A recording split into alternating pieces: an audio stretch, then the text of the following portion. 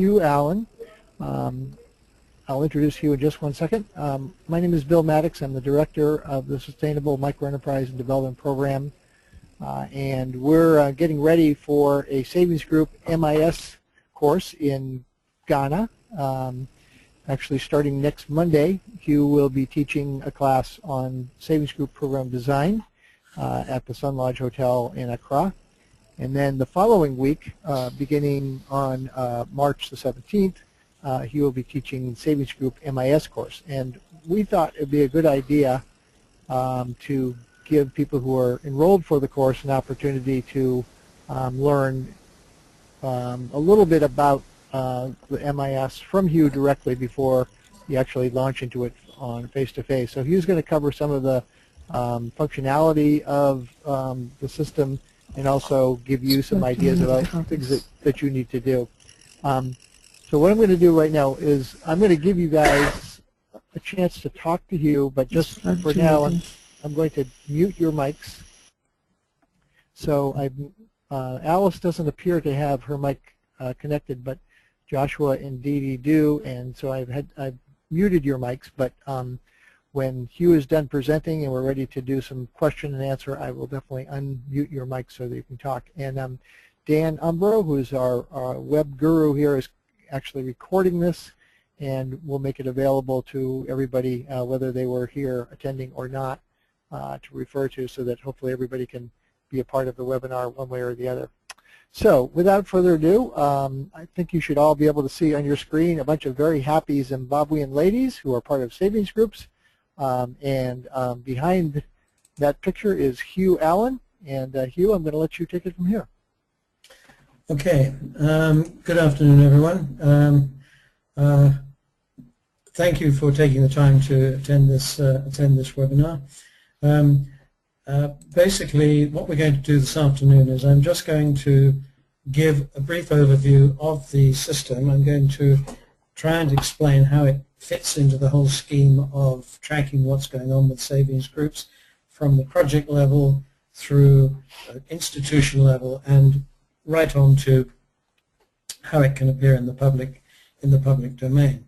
So I'm not going to get very much into the technical details, but I will take you in to look at the new online system so you get a rough idea of what it looks like and what it can do for you. So let me start out with a little bit of background. On your page here right now, if I can make it fit, we have what used to be the old Excel-based MIS, which I think many of you are familiar with. Okay, and we've been working with this system now for something like 7 or 8 years since its original development. And as you'll see, this version here, 4.04 of April the 15th, 2013, is the last version that we produced. We decided that it was time to move on to a new system which was based on the internet, mainly because the Excel system had pretty much reached the limits of its development and was beginning to be difficult for that system to handle large files.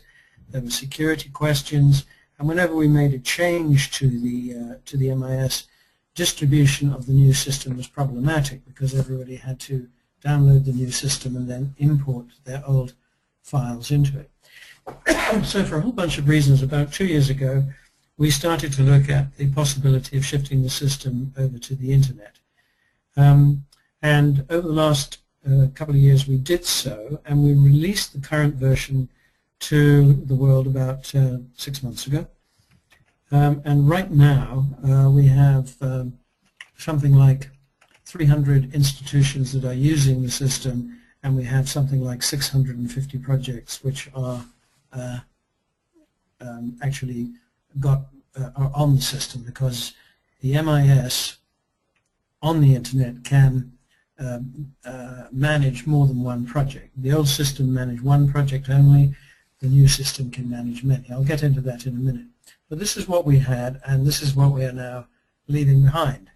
We are still going to keep the system running. We will still support it. We will still continue to do any bug fixes as they emerge, but it's time to move on. This system is really no longer capable of supporting the needs of the industry for a much more sophisticated management information system, which is more stable, less prone to difficulties, and able to handle very, very large amounts of data. So let me just get rid of that. That's goodbye to that sister, said he, hoping it would go away, but it doesn't. Okay, close. Right, no, I don't want to save that. Right now. Okay, so where are we right now? Well, let me show you where we are right now in terms of the public view of what we do. If you look at this website here, it's called thesavix.org. Okay, and the SAVIX is a system which we've had in place now for about 3 or 4 years, and we've been tracking the progress of projects in the countries that you see on this map. So, for example, in India, we're tracking the progress of 1,661 groups. In Tanzania, 15,965 groups. In Kenya, 10,000 groups. In Uganda, 12,000 groups. And then right down at the bottom end in Zambia, 407 groups. But throughout the whole of Africa and South Asia, these are the programs these are the countries that have got VSL programs that are on the SAVIX. Now, how many are they? Well, if I click on projects right now, and I go to my projects list, and I go to the bottom of my projects list, it tells me that I have 225 projects on the SAVIX which are recording the activities of 2.4 million people in approximately 105,000 groups. Okay, so this system enables me to track the performance of individual projects in that post data to the SAVIX. So, for example, if I go back to the first page and I pick any project at random, and I can assure you I haven't checked on this. So here we have, let's see now, we have a project here in Senegal that with Plan International, which has got 8,076 members. So I click on it, and then the system will give me some information on that project. So here we are. This tells me that the data was first posted in Q3 2013. There are 384 groups. There is $178,000 in member investment, and so on. So I've got a lot of biographical information on that project. If I click on the ratios page, I have performance ratios for that project. So, for example, we can find that the average return on assets, that is to say the average profit generated per unit of investment, is 34% on an annualized basis. Okay, we find that 64% of members have loans outstanding. We find that the attendance rate is 87.4%, and we find that member retention per cycle is 99.8%. Now, I'm not going to go through this in a great deal of detail, but this is what we have on the projects page. And what I can do on the projects page is I can actually select and I can look at certain projects. So, for example, if I go to Plan International, no, let me change that. Let me go to Aga Khan Foundation, and let me take you to Tanzania. Now, for the first time last week, Aga Khan Foundation published its results from Tanzania. So if I click on here, I will get one project from Tanzania, which shows, oh, I'm so sorry, this is Plan. I didn't mean to include Plan. Let me just exclude Plan, all right, and I do a search, and I have one project for Tanzania. There are 39,000 people in this project. Now, if I go back and I look, instead of Aga Khan Foundation, I look at Plan International in Tanzania, we find that there are over 100,000 people in, I think it's 18 or 19 different projects. I'm not sure of the exact number. Here we are, 18 projects, 101,000 people. So this enables me to filter by institution and by region. So, for example, I could say East Africa, or I could say Africa. I can also filter by the type of trainer. I can also filter by the age of groups. So for example, I could say I'm only interested in results of groups that are trained by a paid field officer. And if I click on that, you will see that the numbers change. See, in Tanzania, for plan, nobody is a project paid field officer. They're all village agents that are paid by the group. If I go to Aga Khan Foundation and I click on it and see what we get, I do a search.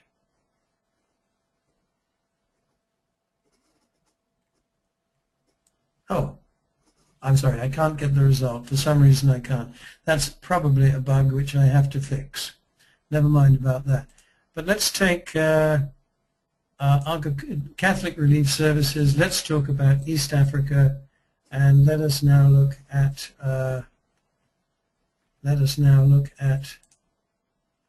do a search. And now I have all the projects for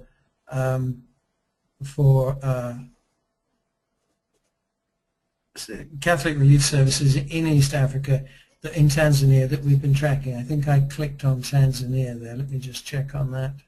No, I didn't. Okay, just East Africa. Okay, so these are the results of projects that have posted their data to the SAVIX using the MIS. Now, this is a very important tool because donors are increasingly looking at it to try and develop an understanding of what are the normal performance characteristics for savings groups projects. And the SAVIX is a site that they are very regularly going to get those answers. Now, in the past, we've had to post that data to the SAVIX using the Excel files, and they've been manually posted. What is now happening is that these files are automatically posted and updated on a daily basis when we're using the management information system. Okay? So, what I want to do is to explain to you a little bit about the management information system. So I'm going here to my PowerPoint on this and going to explain to you why we use the SAVIX management information system. Now, the old Excel MIS only allowed for a single project in an MIS. You had an MIS instance on Excel. It was one project, and that was that. Now, with the new system, you can have many projects in one MIS. So, for example, in Tanzania, CARE had 4 projects in the north of the country that it was one project, but they had 4 different sub-offices. So they had to have an MIS in each sub-office because they were geographically very separated. With the new system, they can have one project and they can enter data in each of those 4 offices online, and they can subscribe that information to a single project in a single MIS. They could also create other projects in the country and have more than one project. So it's quite flexible in that respect. Then the Excel MIS could only be run on a single computer. A person who was using the system had to sit at a single computer. You couldn't have different people entering data. The SAVIX MIS, by contrast, can be run from any internet-enabled computer anywhere in the world. So if I wanted to, I could enter data on groups in Tanzania from Nairobi or from London if I wanted to. Of course I wouldn't, but it allows you to enter data in several different places as long as you have an internet-enabled computer, and you can enter data, more than one person can enter data at one time. Now, the Excel data, as I mentioned before, has to be manually posted to the SAVIX, but the SAVIX MIS makes this optional and automatic. You don't have to post it if you don't want to, but if you do want to, it's fully automatic and it is updated daily. Now, the Excel MIS could only aggregate projects manually. If you had more than one project, you had to use a separate tool to aggregate the results of those projects. The SAVIX MIS allows for aggregation of any number of projects within an MIS or through an independent network, and I'll explain to you what an independent network is later. Now the SAVIX MIS is a relational database. It's obviously got much greater analytical power than an Excel spreadsheet. So it allows for a much wider array of user-created tables rather than the fixed tables that we had on the old SAVIX system, the old Excel system. And then finally, viruses cannot affect the data or the program. Excel is subject to an awful lot of problems in terms of file corruption and misuse, people entering data in ways they're not supposed to, messing up the program. So that's something that is a thing of the past now that the system is Internet-based. What I want to do now is to talk to you a little bit about the structure of the SAVIX MIS. Right, here is the basic structure. The blue line here represents a single MIS. And that MIS has an MIS administrator, who is the person in charge of the entire system. Now, the MIS administrator can do a number of things. They can create an MIS in the first place. They can also create projects, and here you see a single project that has been created. They can assign usernames and passwords for project administrators and data entry officers. They can create user-defined fields, which are what the particular MIS or the particular institution may want to include in terms of its own data. And they can print project-level reports. So in this particular case, we see an MIS administrator with all of those privileges who has created an individual project here with its own project administrator and data entry officer. The MIS administrator cannot enter data. The only people who can enter data are the project administrator and the data entry officer. Now you may ask, this looks as if you are duplicating functions. Why do we need an administrator? Why can't we go directly to the project? Well, there's a reason for that, and this shows you what that reason is. Here we have an MIS administrator who has created 3 projects within their own institution, and each project is sending their results to the MIS administrator, who is in a position to aggregate and to compare the project results. And also, if the MIS administrator has created user-defined tables, then those user-defined data can also be shown to the MIS administrator from all of the 3 projects. Once the MIS administrator creates a user-defined field, that shows up automatically in all of the projects within that MIS. The main limitation on the MIS is that it must be, for each MIS administrator, it must be within the same country and it must use the same currency. There may be some exceptions for West Africa where you have a regional currency like the CFA, but normally an MIS is for one country. So for example, you couldn't have an MIS which tracked projects in Tanzania and Uganda and Kenya. You would have to use a network to do that. Next thing is a network. Here I've got a network. Now this looks a bit complicated, but it's really quite simple. Here we have an MIS for one partner. Here we have an MIS for a second partner. And here we have an MIS for a third partner. These partners are completely separate institutions, and they can be in any country you choose. So this partner could be in Kenya, this one could be in Tanzania, and this one could be in Mozambique. Now within the MIS here, you'll see this partner has 2 projects. This partner has 3 projects, and this partner here has 2 projects. So there are 7 projects in total in the 3 partner MISs. But the network administrator has invited this project into his network, these 2 into his network, and this one into his network. So there are 4 projects in this network, and the network administrator has no access to the other projects which have not been invited into the network.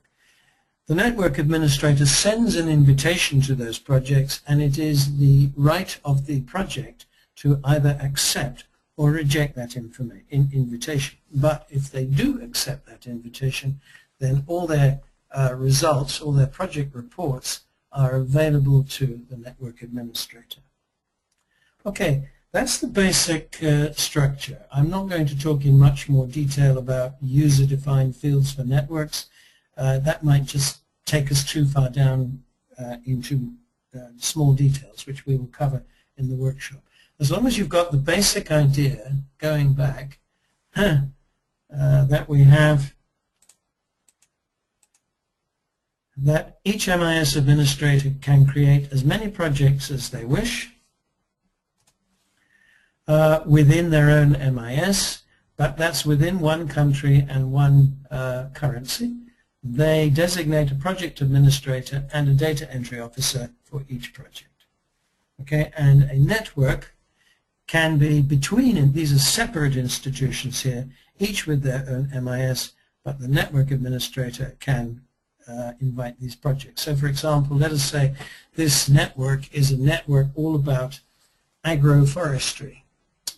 And they work like VI Agroforestry that works around Lake Victoria. They could have partners in 3 countries, and they could then ask the projects which are related to their work about agroforestry to join into their network, and they could even ask them to answer some questions about user-defined fields. Let us say, for example, the number of tree seedlings that each project has produced, which are data not necessarily related to the functioning of a VSL group. Okay, that's the basic architecture of the system. Now, what I want to do is I want to take you into the MIS itself. Okay? Here is the basic MIS itself. You can change the language of the MIS by clicking on a flag. For example, this is now French, this is Spanish, this is Portuguese, and this is Kiswahili. So we have 5 languages for the MIS system. I'm not going to show you now how to create a project on the MIS because I would much rather that we kept that for when we are actually in the workshop so that we don't make mistakes. But I'm going to take you to a specific project. Now if I click on this arrow here, I have a list of all the MISs in the system, and you can see there's rather a lot. There's in fact over 300 now. Okay. Now if I go here and I click on VSL Associates Tanzania, VSL Associates for Tanzania, I click on it. This is a project that I have created for demonstration purposes. And I'm going to go into this project, first of all, as the project administrator. So I put my username and password in, and I'm trying to remember what it is. It is, yes.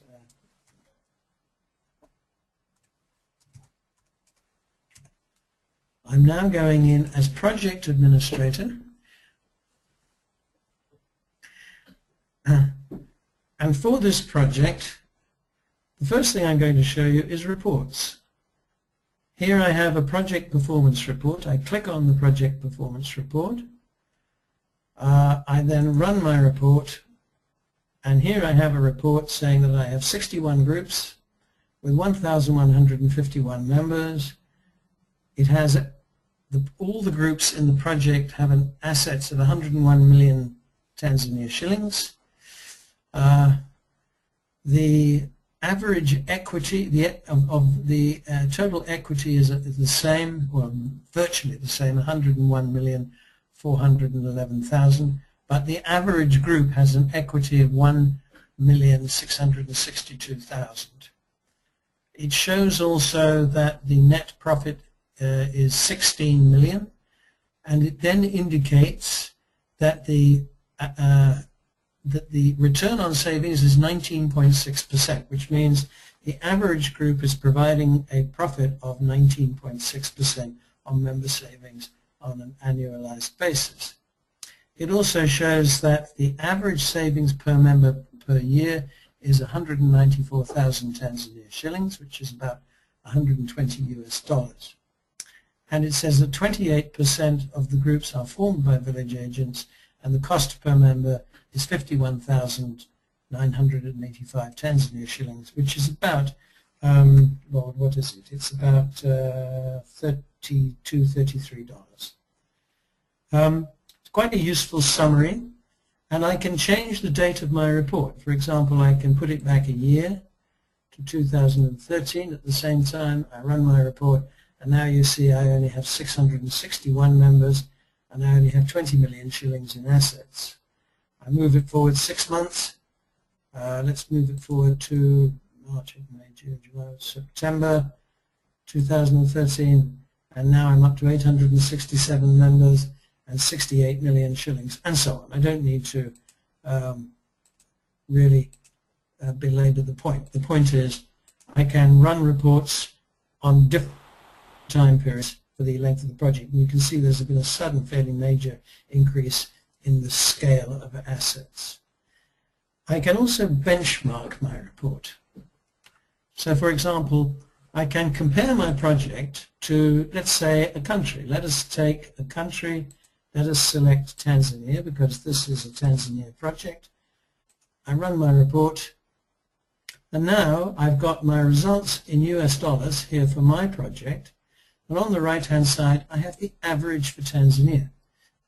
Okay, so I find that in Tanzania, the average outstanding loan size is $59. For this project, it is $55. I find that the average annualized savings, however, for that country is $95, but for this project, it's $118. So I can compare the performance of my project to anything, really. I can also take it and I can say I'm not interested in the country, I'm interested in the sub-region, so I will select East Africa, I will run my report, and now I'm comparing my project to East Africa as a whole.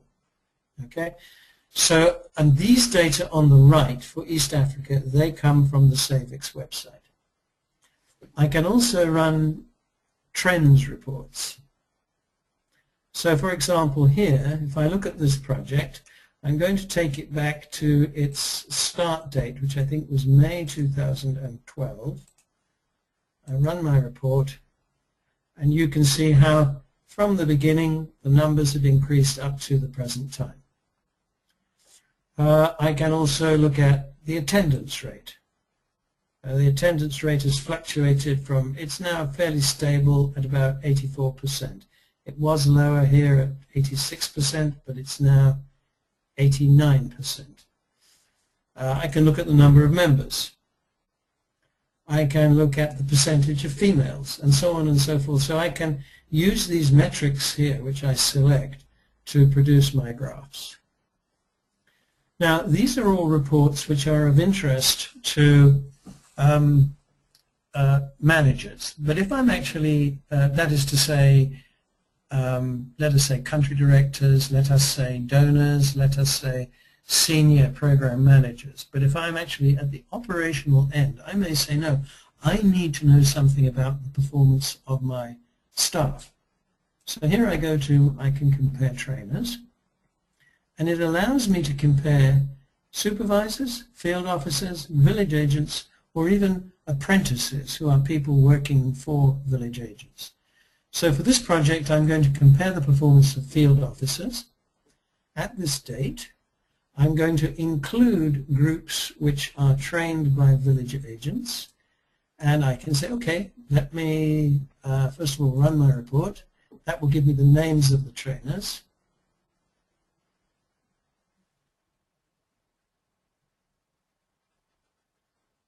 There they are. There are 5 trainers. How many groups? How many members? What is the attendance rate? What is the average annualized savings per member? What is the return on savings? So I've selected 5 metrics. I can say percent of members with loans outstanding. I can then decide, I can hide this. I can then decide to put my returns further to the left because I think it's more important. Okay. I can also sort these columns just by clicking on the column header. for each particular metric. So for example, if I click on average annualized savings per member, I see that this woman, Rispa Amolo, is doing quite well with the highest level of savings. Okay? If I want to know which field officer has got groups with the highest return on savings, I click here and it's Julia Majara. Okay? So I can produce a report on field officer performance. I can compare them. Again, I can do it at any date. I could take this back to 2013. I could run my report and I get very different results.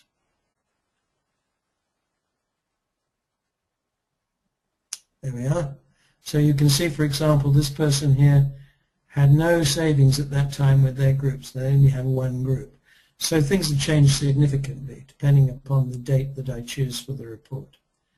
Okay, I can also compare groups. So I can, for example, select a field officer. Let us take Julia Majara. Let us include her village agent groups and let us run a report.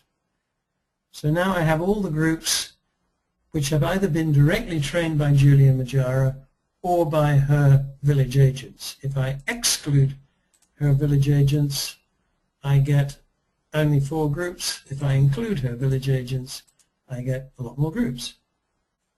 Number of members, attendance rate, average annualized savings per member. I get fund utilization rate, return on savings. There. I now have a table for Julia Majara. If I want to look at an individual group, I can select the group from a list here, and I get a report on that group. And this is quite interesting because it compares this group here in terms of some of its metrics with averages for the project. And you'll see that compared to the average for the project, the savings rate for this group is extremely low. The value of loans outstanding is very small, but it's got a fairly reasonable profit compared to the project average.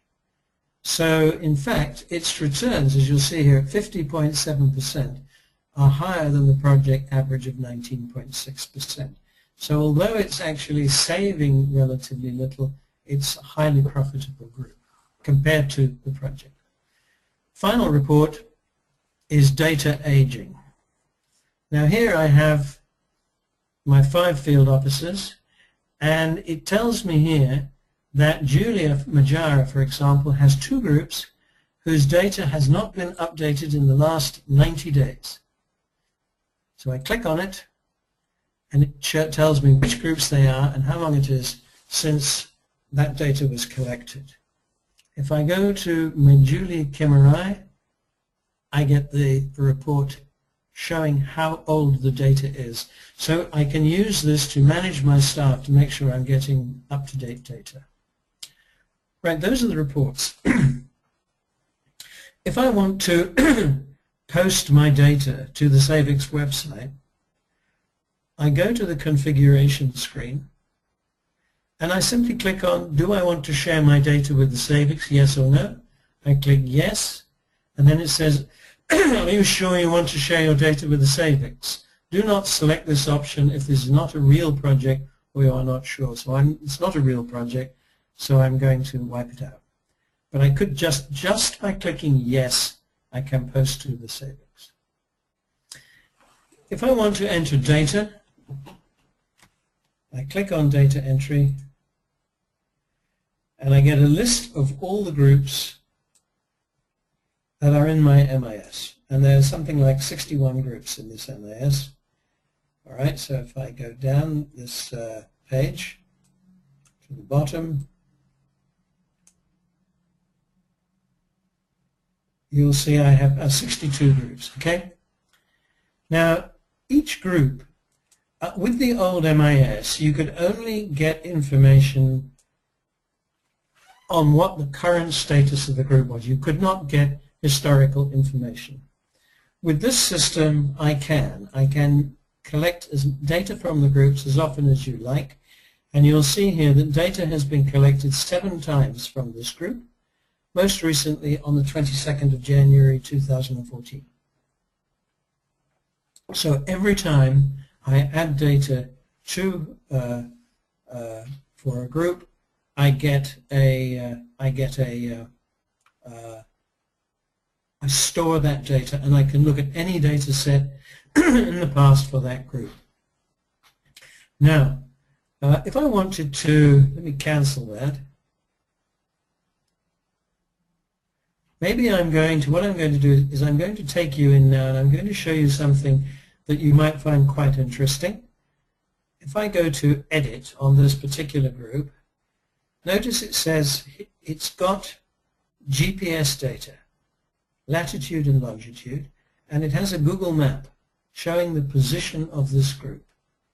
Okay, so if I click on satellite, it now shows me where it is, and I can go down, go down, go down, go down, further and further, and now you see the tree where this group is meeting. If you want to collect GPS data, you can in fact create a Google map for each group for which you enter data. So you can use this for research purposes to find different groups. I'm cancelling that. Now, what I'm going to do now is I'm going to show you how you enter data. Okay? I'm going to say I'm going to add a new group. So I click Add a New Group. I call this group Hughes New Group. It's formed by, let's say, Esther Nganga. She is a field officer. Date of formation is, let us say, I don't know, let's say the 3rd of March, and there were 22 members at the time of formation. That's my basic data, and I save. Then it asks me if I want to add a data set, so I say yes. And this is the first cycle of the group. Now the date saving started this cycle, let us say, as the 6th. The group is monitored by Julia Majara. There are 22 members. There is no cash in the box at the start of the cycle, and there is no property. So I click Save, and then it needs to be, the 6th is 2 days in the future. I'm going to put that to the 3rd. Oops. Now date of data collection, I'm going to say it's today. Number of registered members now is 23. Number of registered women is 20. Number of members attending the meeting is 18. Dropouts are 0. Value of savings this cycle, 155,000 Tanzania shillings. Value of loans outstanding, 0. Number of loans outstanding, 0. Write-offs this cycle, 0. Loan fund cash in the box and at bank, 155,500. That's 500 more than the savings because somebody got fined. No money in the bank. Let us say there is 4,400 in, 4,600 in social fund. Property is 0 and external debts are 0. I then save it. It tells me I have dividends paid this cycle, 0. Then I save it. Now that data set is saved.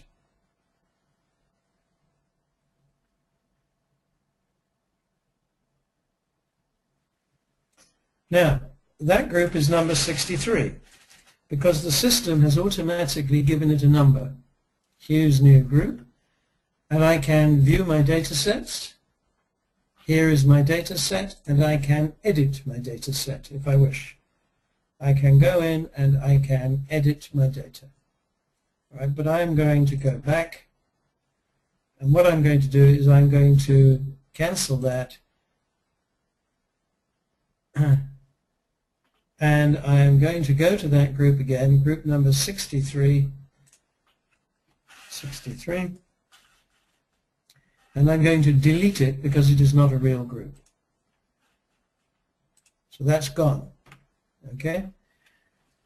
Right, now this is at the project level, so you can see that that data is easily entered. You can see that reports are automatically created. Now, what I'm going to do now is I'm going to take you into the MIS, but at the level of the MIS administrator. If you remember, I said that the first level is the level of the project itself, but the MIS can have more than one project. So I'm going to give you an example of that. Hold on a second. I'm going to give you this is a real MIS in Tanzania. This is not a dummy MIS. And this is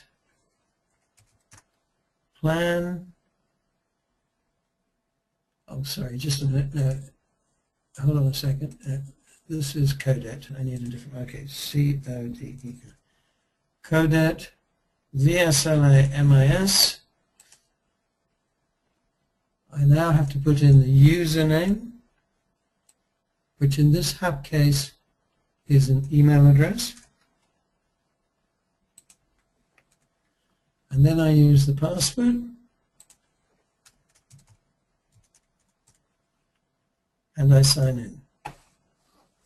Now, when I go into this MIS, I told you that the MIS administrator cannot add data, so there is no place here for adding data. But the MIS administrator can create projects. And in this case, the MIS administrator has created, how many is it exactly? I've got it on another sheet here. He's created 11 MIS projects within, 11 projects within one MIS. Okay? And the MIS administrator can edit those projects in terms of the setup information. It says that this is a Barclays Bank project with Plan as the facilitating agency. It is sharing its data with the SAVIX. This is the project cost, project start date, and project end date. Okay. Right. Now I'm going to log out. Now I think I've talked enough actually. I'm not going to go into exhaustive detail. I really wanted to give you the idea that number one, the MIS is a tool for managing projects. Number two, it can be used to create networks of projects within a management information system. It can also be used to create a network of projects internationally. And it can post project data automatically to the SAVIX website. So it's an awful lot of information to give you all at once. I hope it hasn't been too confusing. So what I'd like to do now is to hand over to Bill, who can then assist me by allowing people to ask questions.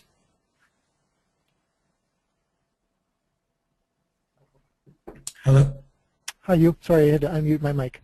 So we lost one of our participants. Alice Moyo was not able to hear us at all, so she'll have to pick it up in the recording. But we gained one because we now have Joshua Oku and Didi Dorlepe and Angela Calambo. So I'm going to unmute all three of your mics. Hopefully you have your mics connected, and you can feel free to ask Hugh a question at this point. So. Hello, Angela. Hello, Didi. Hello, Joshua. Hi. So, Hi. hello. Does anybody have any questions for Hugh? Hello? Yes. Just tell us who you are so we know who's talking.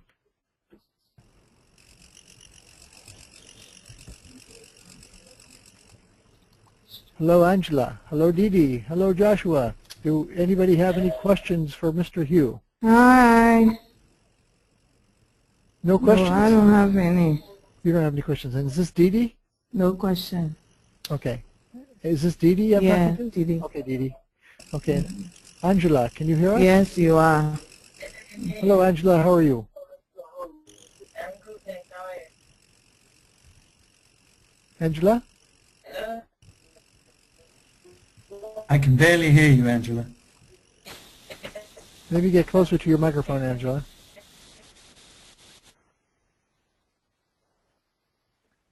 Nope. And Joshua, are you there?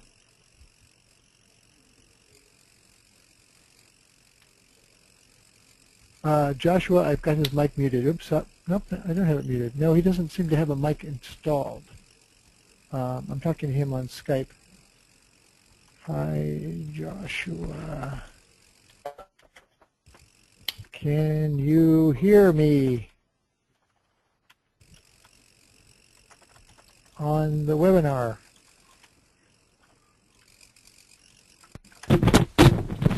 Hello, I can hear you. Oh, is this Joshua? Yeah, Joshua, I can hear you. Oh, great. Joshua, do you have any questions for Hugh? No, not yet. Okay. Hello, Angela. Do you have any questions? No. Okay. Angela's having connectivity problems and she cannot hear now. Okay. Okay. Without any questions from our three guests, is there anything else that you need to cover today, Hugh? Yeah, what I'd like to say first of all is that it looks like a lot and it looks complicated, but actually it's very simple. We find that in the old days when we ran a training on the MIS in various countries, the Excel version of the MIS, we used to take about 4 to 5 days to do it. With the new system, we take 2 days. So it's actually a very, very simple system to set up. The only thing that does matter is you must have a decent internet connection. So that's a prerequisite. One thing you should be aware of, however, is if you don't have a good internet connection, data can be entered on a mobile phone, and I will be demonstrating that at the workshop. Okay. All right. Maybe I could just ask Dee Dee, can you tell us just a little bit about the savings group? Tell us a little bit about the work you do and why you're interested in the savings group MIS.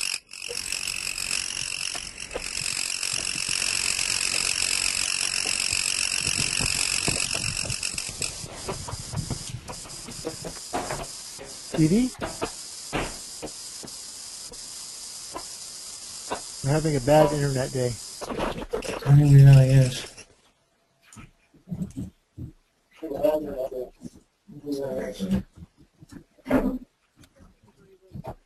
Joshua, would you like to tell us a little bit about your interest in the savings group MIS? Why are you registered for this course? What are you interested in learning? Sorry, the line's a little distorted. I can't really hear you. Okay, I was just asking what your interest is in the MIS course and what you're doing currently with savings groups. Okay, well, as it stands now, I coordinate the point of sale. We have a point of sale we use for the collection of savings from customers on the field. And I coordinate all of them from, how do you call it? I coordinate all of them in the other branches. And we're running 9 branches now on the point of sale, and I'm in Accra and I'm coordinating all of them. So as they go to the field to do transactions and take money from customers, the transactions they do on the field all comes into a server in which I manage, and then see the transactions they do, and then see how best we can use the point of sale to increase mobilization for the company. So you're using the SAVEX now? Sorry? You're using SAVEX already? No. Oh, I'm sorry. I had trouble hearing you. Sorry? I was having trouble hearing you. So do you have a MIS system at this point? Well, we have the MIS system we have is nothing like what you are really talking about. You know, we have a system. I work with agency, and we have a mother branch that also has a system that we use, and we kind of feed from them, and it's a banking software that we use here. So Okay. we kind of integrated the microfinance section into that banking software, and then we're using it, but we don't have something particularly directed at MIS software. So this will be a big improvement. Yeah, it would be. Great. Okay. Well, I think we are in good shape. Everybody has a good idea of what they're in for.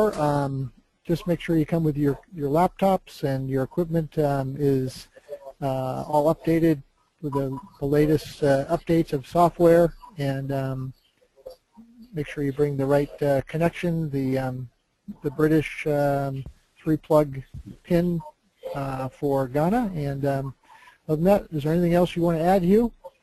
No, I don't think so. I think looking forward to it. All right.